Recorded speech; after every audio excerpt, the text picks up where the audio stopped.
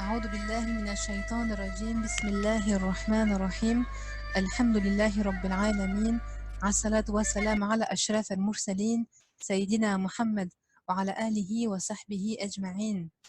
Alors on se retrouve aujourd'hui pour parler d'un compagnon qui s'appelle Umayr ibn Saad. L'auteur a surnommé ce compagnon un homme unique en son genre. Alors, Umayr ibn Saad ressemblait beaucoup à un compagnon que nous avons déjà vu, qui s'appelle Saïd ibn Amir. Je ne sais pas si vous vous souvenez, c'était un compagnon qui était euh, connu pour son ascétisme, son détachement de dunya. Il se promenait avec des vêtements en lambeaux parce qu'il ne prenait pas attention, il ne tenait pas forcément beaucoup d'importance pour s'acheter des vêtements. Je ne sais pas si vous vous souvenez de ce compagnon. Et donc, Umayr ibn Saad eh bien, ressemble beaucoup à ce compagnon-là, puisqu'il est décrit par notre auteur comme étant un homme ascète et dévot, et que le prince des croyants, Omar ibn al-Khattab, l'avait obligé, on va le voir après, à accepter un poste de gouverneur au Chem, alors qu'il ne voulait pas du tout ce genre de choses. Donc, son père à ce compagnon-là, eh bien, s'appelait donc Saad, puisqu'il s'appelle Umayr ibn Saad. Et donc, son père, Saad, faisait partie des Qura'a, c'est-à-dire des récitateurs du Coran. Et son père avait participé à la bataille de Badr. Donc, ça vous donne à peu près l'âge de ce compagnon. Donc, son père avait participé à la bataille de Badr ainsi qu'à toutes les autres expéditions qui avait été menée par le prophète Mohammed sallallahu. Et son père était resté donc fidèle à l'islam jusqu'à sa mort lors de la bataille d'Al-Qadisiyah quelques années plus tard. Et donc son fils Umayr, que nous étudions aujourd'hui, accompagna donc son père lorsque ce dernier prêta allégeance au prophète Mohammed sallallahu. Et depuis sa conversion à l'islam, notre compagnon Umayr était devenu un homme pieux et un adorateur assidu. C'est quelqu'un qui fuyait la notoriété, et ni le fait qu'on parle de lui, qu'il soit célèbre, en fait, il fuyait ça, et il préférait vivre sereinement dans l'anonymat. Et dans une note de bas de page, Oustad Shakil nous dit que vivre dans l'anonymat est quelque chose qui est une très bonne qualité pour le croyant, parce que ça le préserve de l'ostentation, ça le préserve du regard des gens, ainsi que de l'amour du prestige. Et tout cela, bien sûr, c'est des tentations pour l'homme qui le détournent en fait de la sincérité et de la vraie recherche de la satisfaction d'Allah subhanahu wa ta'ala, parfois au détriment de la satisfaction des gens. Donc c'est important de chercher à être discret. Alors, tous les compagnons aimaient Umayr, et c'est quelqu'un qui était reconnu pour la force de sa foi, pour sa pureté de son âme et pour la confiance qu'il inspirait aux autres musulmans. Et c'est quelqu'un qui ne préférait rien ni personne à sa foi et à sa religiosité. Un jour, il entendit un de ses proches, qui s'appelle Julas ibn Suwaid ibn Samit, dire un propos détestable. Alors cet homme qui était converti à l'islam dit: si cet homme, en parlant du prophète Mohammed sallallahu alayhi wa sallam, si cet homme dit la vérité, nous sommes alors aussi stupides que des ânes. Il faut savoir que cet homme, Jules, était converti à l'islam non par conviction mais par crainte. Et vous voyez ce que ça donne quand les gens se convertissent non pas en croyant profondément, mais pour plaire à quelqu'un ou par peur de quelque chose. Alors, à l'écoute de ces paroles, Umayr va être envahi de colère et il va être perplexe. Comment un musulman digne de ce nom peut parler comme ça du prophète Mohammed et des autres musulmans? Et sa colère était due donc que ces mots étaient détestables de la bouche d'un musulman. Comment pouvait-il parler du messager d'Allah sallallahu alayhi wa sallam en employant des termes aussi déplacés? Quant à son embarras, à Umayr, il était provoqué par le fait que dans son fort intérieur, eh bien, il voulait réagir rapidement et prendre ses responsabilités vis-à-vis de ce qu'il venait d'entendre et de blâmer ce qu'il venait d'entendre. Vous savez que on en avait déjà parlé, mais la moindre des choses, quand on entend quelque chose, quand on voit quelque chose qui nous déplaît, le moindre degré de foi, c'est dans son fort intérieur de réprimander cette chose. Et si même dans notre cœur on ne réprimande pas, eh bien notre foi n'est pas présente. D'accord? Alors, de nombreuses questions vont traverser l'esprit de Umayr et il va se demander s'il devait transmettre au prophète sallam ce qu'il venait d'entendre et comment pouvait-il agir ainsi alors que normalement, quand des choses sont dites dans une rencontre privée, eh bien, ça ne doit pas être divulgué à des tierces personnes. Ça fait partie de l'éthique du musulman. Quand deux personnes sont en privé et que des choses sont dites, normalement, la personne n'a pas besoin de vous dire garde-le pour toi. C'est logique que quand vous entendez quelque chose dans une conversation privée, ça doit rester dans la conversation privée. C'est une amana. Donc, si on commence à rapporter des choses que l'on entend sans avoir l'autorisation de la personne qui les dit, eh bien, c'est rapporter des choses. Et c'est quelque chose de détestable dans notre religion. Sans parler de la médisance, sans parler de la calomnie, qui, je vous le rappelle, quand vous médisez votre frère ou votre sœur, c'est comme si vous mangez sa chair. Astaghfirullah, c'est quelque chose de très grave. Alors, donc, Omer va se demander s'il devait garder le silence, mais s'il gardait le silence, qu'en serait-il de son dévouement envers le prophète Mohammed sallallahu alayhi wa sallam, ainsi que de son engagement, lui qui avait tiré le prophète sallam de la perdition, les musulmans et des ténèbres, afin de les guider vers Dieu. Donc, Omer va être dans un conflit entre est-ce que je dois garder cette amana que je viens d'entendre, mais en même temps, ce que j'ai entendu, c'est détestable, et ça parle du prophète sallallahu alayhi wa sallam, ou est-ce que je dois en informer le prophète? Mais son irrésolution n'allait pas durer, car la sincérité permet toujours à l'homme de trouver une échappatoire. Pardon. Et donc Omer allait agir rapidement à l'image de l'homme fort et du croyant pieux. Il s'adressa alors à Joulès en lui disant « Ô Joulès, par Dieu, tu fais partie de ces gens que j'aime le plus, et je tiens vraiment à ce qu'il ne t'arrive aucun mal. Mais vois-tu, tu viens de prononcer une parole qui pourrait te coûter la vie si je venais à la divulguer. Par contre, si je me taisais, j'aurais comme l'impression de trahir et de perdre ma foi. Comme la foi prime sur la loyauté, yani de garder secret ce qui a été dit lors d'une rencontre, je transmettrai certes au messager de Dieu, sallallahu alayhi wa sallam, les paroles inadmissibles que tu as prononcées. Alors qu'est-ce que fait Omer ici?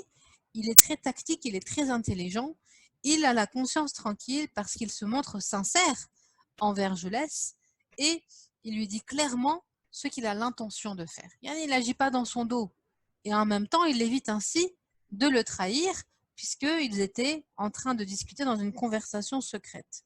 Donc personne ne pouvait l'accuser d'être un espion.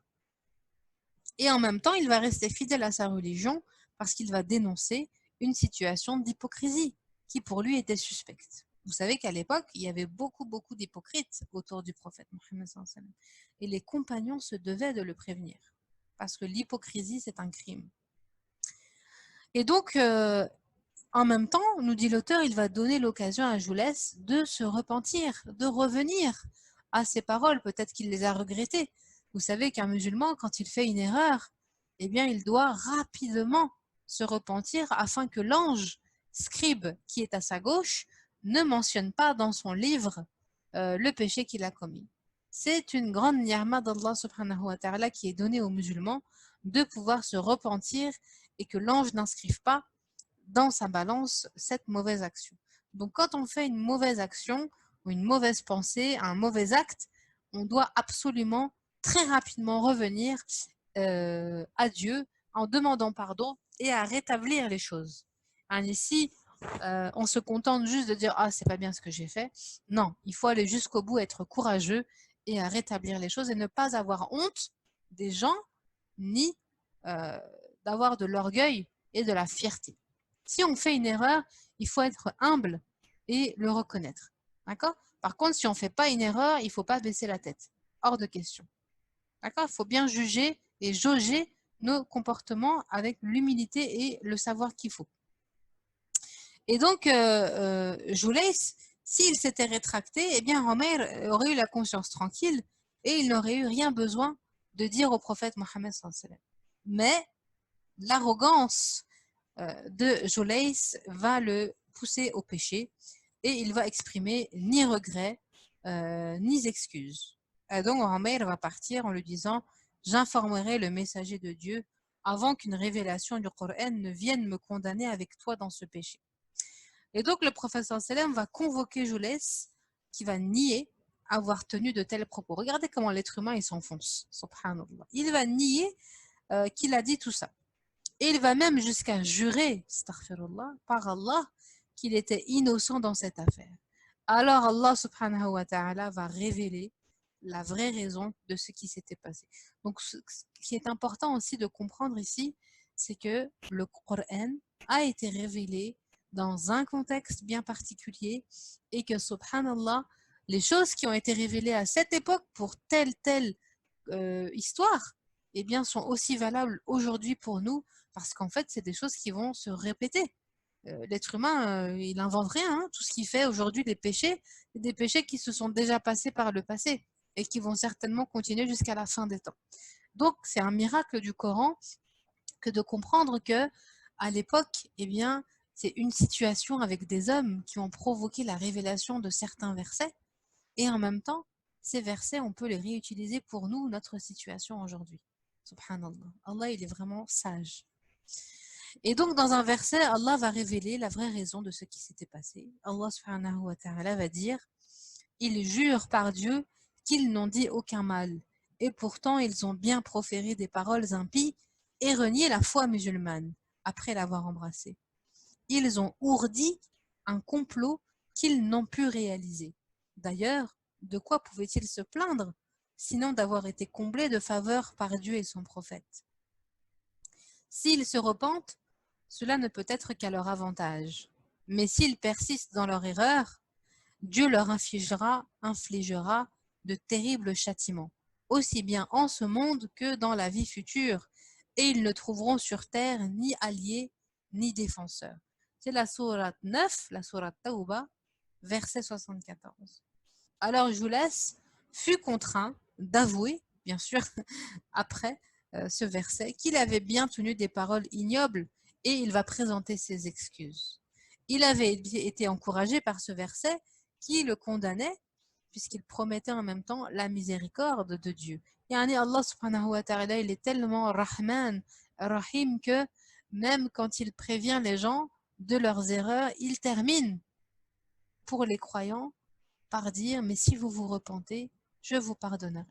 Yani pour vous dire que la miséricorde de Dieu est beaucoup plus importante que sa colère. Alhamdulillah pour nous, parce que sinon nous serions tous perdus. Tout le monde a des péchés.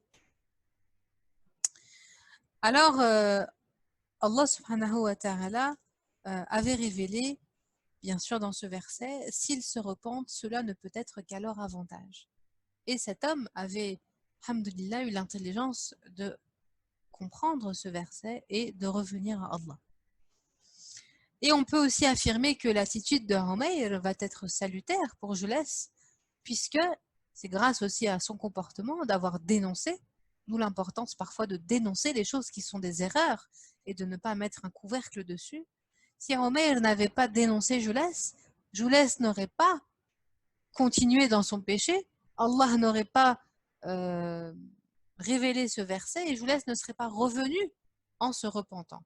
Donc en fait, à la finale, Homer a bien fait de ne pas garder pour lui cette erreur. Et en fait, il a sauvé l'âme de Jolès. Et donc, on rapporte que le prophète Mohammed sallam va tirer Homer par les oreilles et il va lui dire « Ô jeune homme, ton oreille a été fidèle et ton Seigneur t'a donné raison. » En gros, il va le féliciter.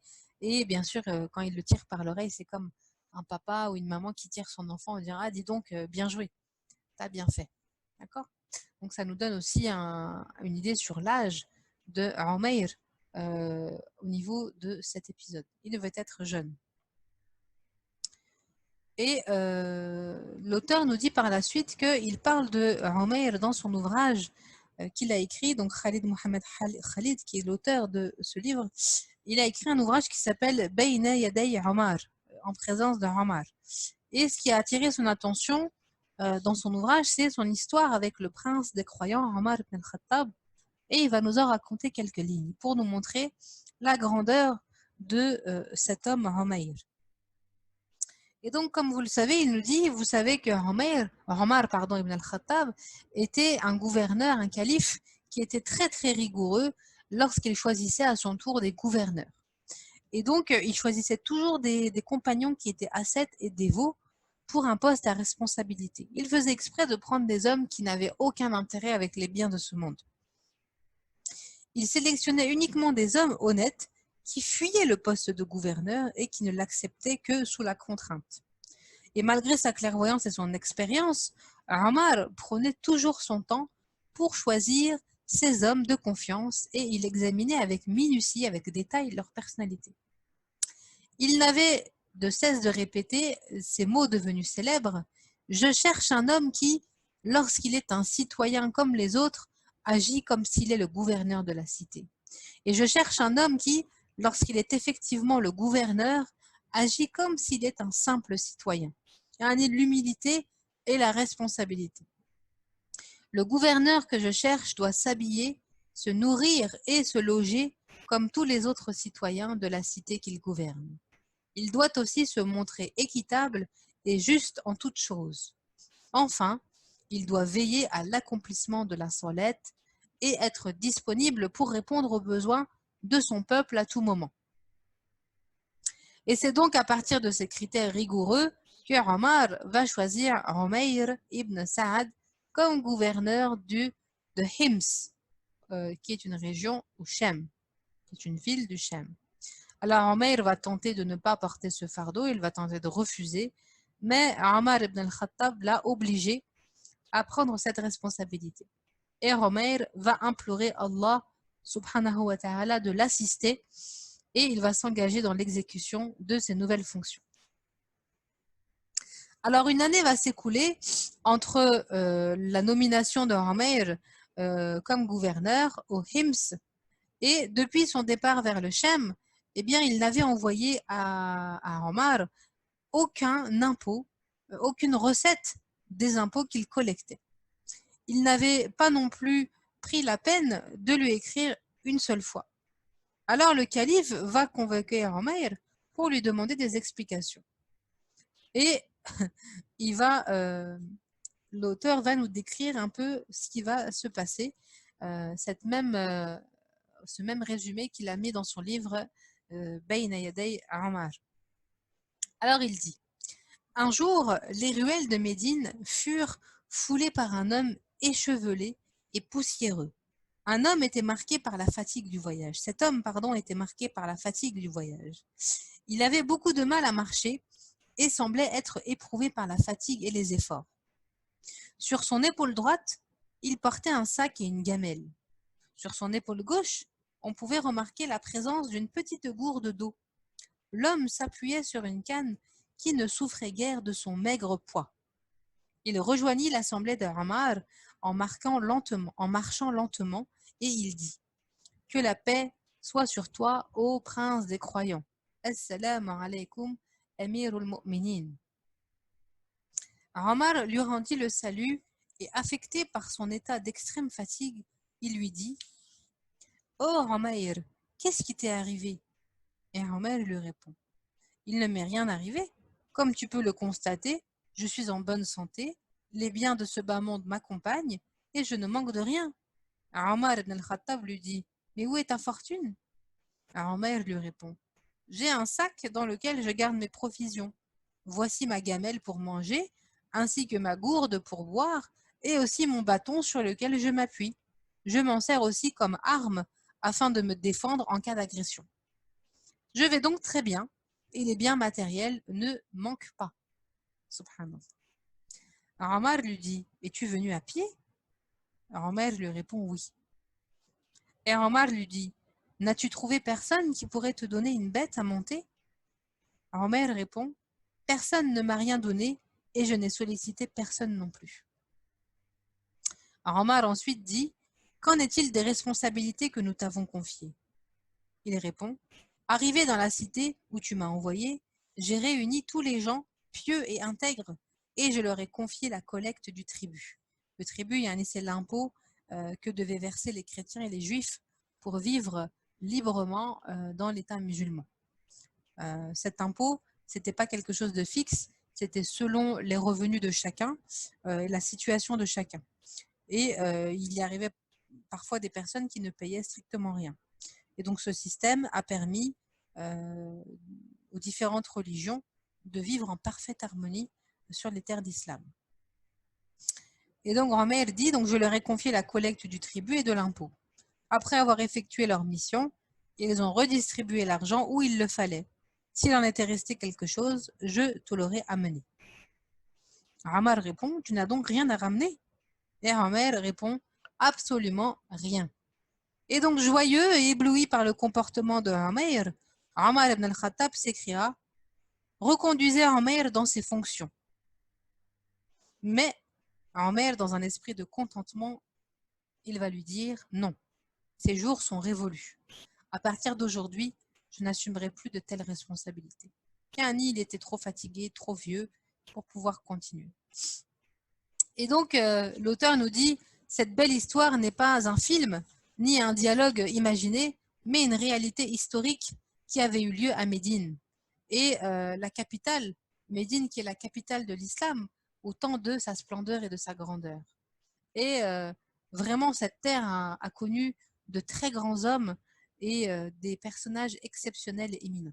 Omar ibn al-Khattab disait, si seulement j'avais à mes côtés un homme de la trempe de Umayr, afin qu'il m'aide dans la gestion des affaires publiques.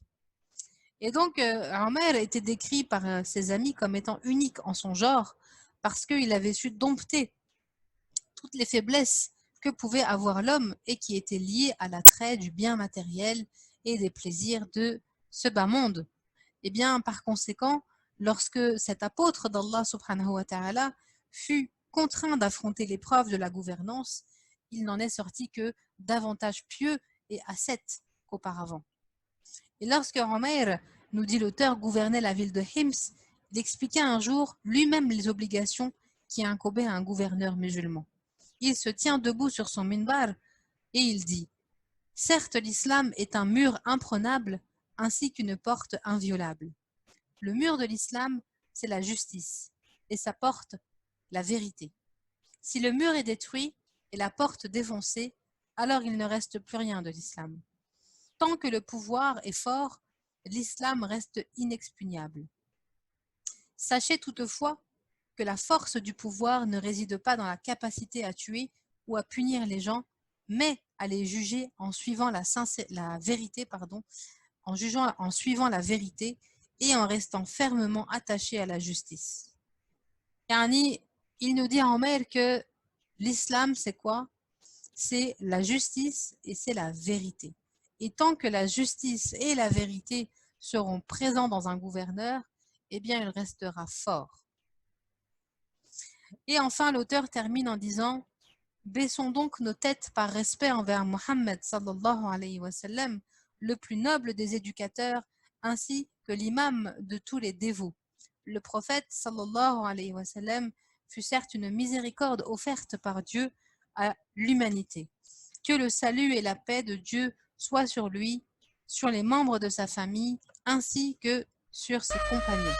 Radiallahu anhum. » Et c'est ainsi qu'il achève la courte biographie de Umayr ibn Sa'ad.